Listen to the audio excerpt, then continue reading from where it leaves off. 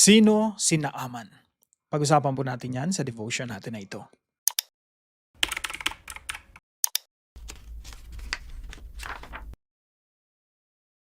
Magandang araw po sa bawat isa sa inyo. Welcome back to our 365 Daily Devotions Bible Characters Edition. Binabati ko po muna ng happy birthday si Gelson Bernas at nakikigalak po ako sa inyong kaarawan. Now, tutuloy po natin yung ating pag-aaral po sa buhay ni Elisha. Now, si Elisha po, again, siya po ay nabuhay sa panahon nila Ahab, Ahaziah, Joram, Jehu. Now, ito pong mga kings na ito po yung mga kasabayan po ni Elijah tsaka ni Elisha. Now, nung nag-transition po, ibig sabihin na si Elijah ay kinuha na ng Diyos, ito po ay panahon na ni Jehoram. At si Elisha na po yung pumalit. So yan po yung transition time between Elijah and Elisha. Now, para po makuha agad natin yung background, no? Yung time na ito, yung Syria tsaka yung Israel, hindi, kumbaga meron silang peace treaty, no? Hindi sila nag-aaway during that time. Pero most of the time, magkaaway sila. Mga mortal enemies sila. May mga pagkakataon lang talaga na merong silang, kumbaga, panandaliang kapayapaan. So, having that as a background, pag-usapan po natin si Naaman. Now, sabi po dito sa 2 Kings chapter 5, verse 1 to 16. Now, Naaman was commander of the army of the king of Aram. Ito po yung Syria. He was a great man in the sight of his master and highly regarded, because through him the Lord had given victory to Aram. He was a valiant soldier, but he had leprosy. So si Naaman po, successful na tao, military commander, napakayaman, highly regarded, pero ang problema po sa kanya, meron po siyang ketong or meron po siyang sakit sa balat. Now, ito po yung mga katuruan natin ngayong araw. Number 1 po, the lowliest people can be the best conduits of God's healing. Ano po ibig sabihin nito? Yung mga pinakamabababang tao sa paningin ng mundo, pero sa harap ng Diyos, kagamit-gamit sa Kanya. Naalala niyo po ba si Jesus Christ, no? Nung sinugo siya ng Diyos, siya ay nagpakababa, pero si Jesus Christ talaga yung ginamit ng Diyos para iligtas ang marami. At si Jesus po, yung pinili niya mga alagad, mga lowliest people, mga fishermen, tax collector, kumbaga kinamumuhian ng mga tao. So, the lowliest people can be the best conduits of God's healing. Now, dito po sa istorya natin na ito, sabi po sa verse 2, Now bands of raiders from Aram had gone out and had taken captive a young girl from Israel. So, apparently, previously, meron silang gera, no? Yung Israel tsaka yung Assyria bago sila nagkaroon ng temporary peace treaty. Merong mga raiders from Aram. So, alam niyo naman, nung unang panahon, napakasama talaga eh. So, pag inatake nila yung village, kunin nila, papatay nila mga lalaki, lahat ng kayang lumaban, pinapatay nila. Tapos yung iba ititira nila, gagawin nilang mga alipin. Yung mga most vulnerable during that time ay yung mga babae, lalo na yung mga bata. So, meron po ring young girl na ginawang captive o bihag. At syempre, binibenta nila yon bilang alipin. Marami po sa kanila nagiging sex slaves. Depende kung gaano kabait yung amo. Pero itong young girl po na ito, napunta po ito sa asawa ni Naaman na commander ng Syrian army. And then, sabi po dito, a young girl from Israel, and she served Naaman's wife. She said to her mistress, If only my master would see the prophet who is in Samaria, si Elisha po yon, he would cure him of his leprosy. So, apparently, itong babae na ito, na captive, isang bihag, isang alipin, na batang babae, sabi niya, alam niyo po, meron akong kilala, taga sa amin, sa Samaria. Ano po siya? Prophet, kaya niya kayong pagalingin. So nakita niyo po, bagamat sa ganitong sitwasyon, ginagamit ng Diyos yung pinakamababa during this time yung alipin para daluyan ng pagpapagaling ng Diyos. Kahit na yung babae na to, biktima ng injustice, siya pa rin ay ginamit ng Panginoon para daluyan ng pagpapagaling ng Diyos. Pangalawa po, the greatest people, on the other hand, can be the most needy.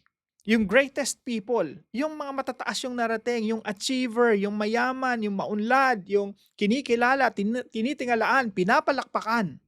The greatest people can be the most needy. Sa sitwasyon po na ito, mas kawawa pa si Naaman kaysa dun sa batang babae na kanilang alipin. Yung batang babae at least healthy. Isipin mo, ikaw yung amo, nasa iyo na lahat, may ketong ka naman. Di po ba? Sometimes yung greatest people, they are the most needy. Mas kakainggitan pa nila yung taong mabababa sa paningin ng iba, no?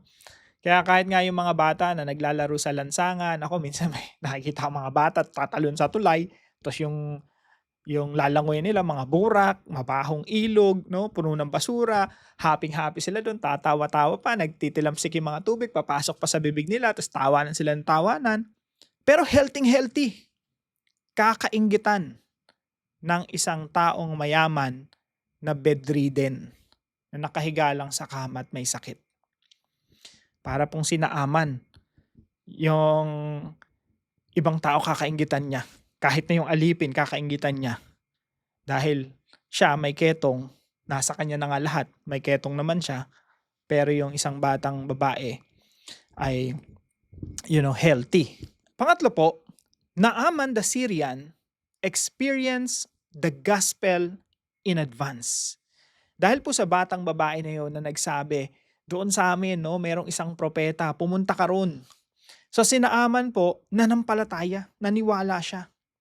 At dahil po dito na experience niya yung gospel, yung ebanghelyo ng Diyos in advance.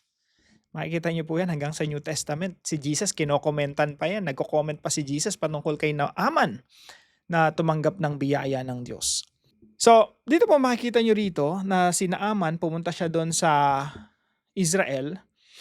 Sabi po rito, by all means, go. The king of Aram replied, I will send a letter to the king of Israel. So sabi nung king of Aram, marahil si Ben-Hadad, I don't know, hindi naman binanggit dito, no? Pero probably si Ben-Hadad. Sabi niya, okay, punta ka doon kay Jehoram. Susulatan ko siya. At sabi niya, may ano tayo, parang just go, no? Wala kang problemahin, no? May peace treaty tayo diyan, makakapasok ka diyan sa Israel. So Naaman left, taking with him 10 talents of silver, 6,000 shekels of gold, and 10 sets of clothing. 10 pares siguro ng damit, no? During that time, mga kapatid, hindi nagpapalit yung mga tao. Napakayaman mo na pag meron kang 2 pares ng damit. Kaya yung 10 pares na to, talagang ibang level to. Now, sabi rito, 6,000 shekels of gold. Yung shekels po kasi mas mababa yung timbang kesa sa talent. Nevertheless, ang sinukat ko lang dito, ang kinumpute ko lang dito yung gold. Kasi yung gold yung valuable eh. Nung kinumpute ko siya, nasa 66 kilo na ginto yung dala-dala niya. Tapos I think mga 340 kilo na silver. Alam niyo po ba kung anong value nun ngayon? Computein mo na lang sa 6,000 per gram. Mga nasa 400 million pesos. Isipin niyo po yung dala-dala niyang pera. Yung worth ng yaman. Sa time natin ngayon, 400 million pesos yun. Mali-maleta yung pera, dala-dala niya. No? Sa panahon natin ngayon, mali-maleta yun. Kasi yung isang maleta, hindi ko alam kung ilang milyon ang laman nun. Pero definitely napakaraming pera nun. 400 million pesos yung katumbas. Dala niya yun lahat. Pero alam niyo po, to make the long story short, walang nagawa yung yaman niya. Walang nagawa yung pera niya. Bakit? Lahat ng pera niya hindi tinanggap ni Elisha.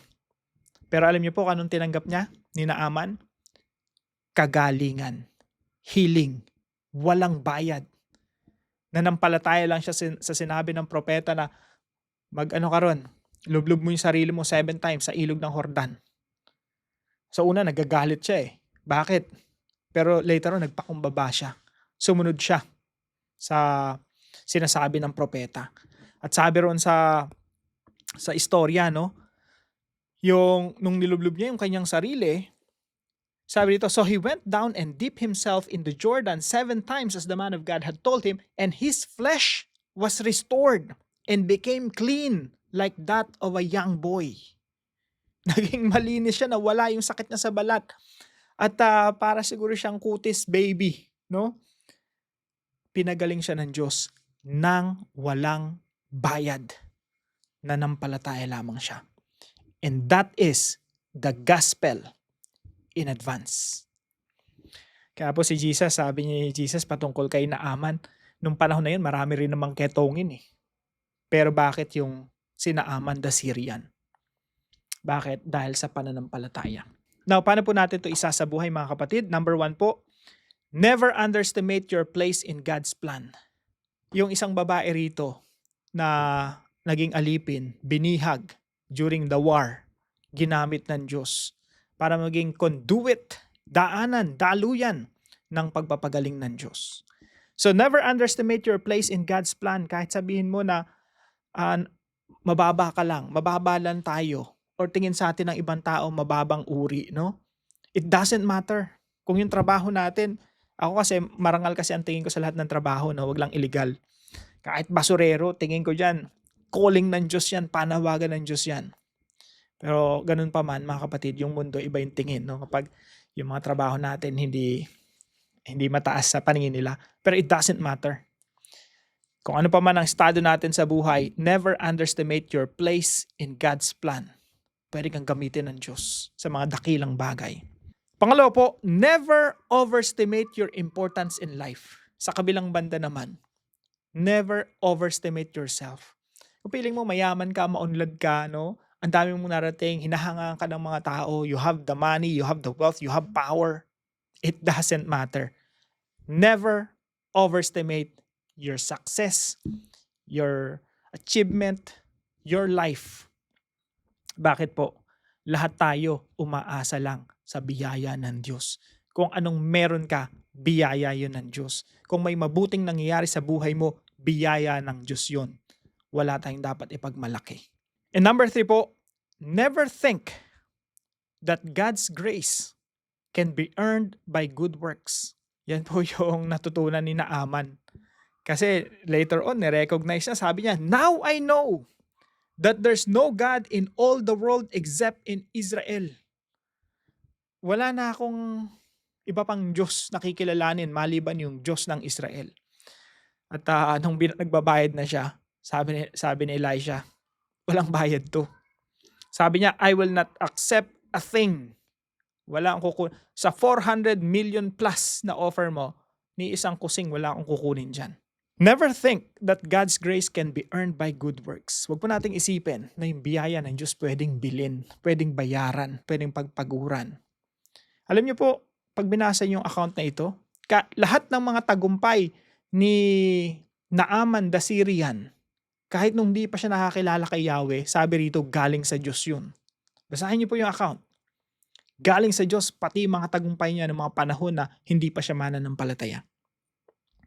So even that, never think that God's grace can be earned by good works. Kung anumang mabuting nangyari sa buhay natin, yun po ay biyaya ng Diyos. At ang lalo-lalo na pagdating sa kaligtasan, yun po ay biyaya ng Diyos na hindi natin pinagpaguran, hindi natin binayaran. Yun ay libre na ibinigay sa atin ng Diyos. Now para po sa ating discussion, how does the story of Naaman reveal the grace of God? Para po sa ating dive deeper, what is the relationship between God's redemptive plan for the world and the advancement of civilizations? Pangalawa po, how does Naaman's healing point to the gospel of grace in Christ? At pangatlo po, what did Jesus say about Naaman? Tayo po'y manalangin. Heavenly Father, thank you for your amazing grace that cannot be earned, purchased, or deserved. Forgive me for the times I underestimate the place you have given me in your kingdom, and fail to see how you can use me for your glory.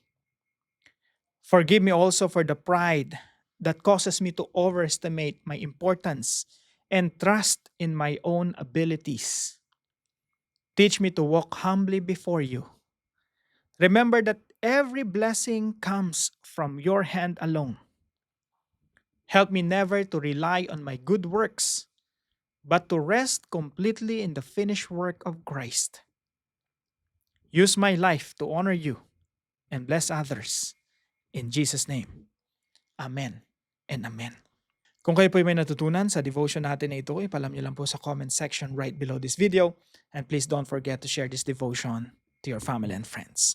Magandang araw po sa bawat isa sa inyo. See you po tomorrow 5 a.m. dito po sa ating Daily Devotions.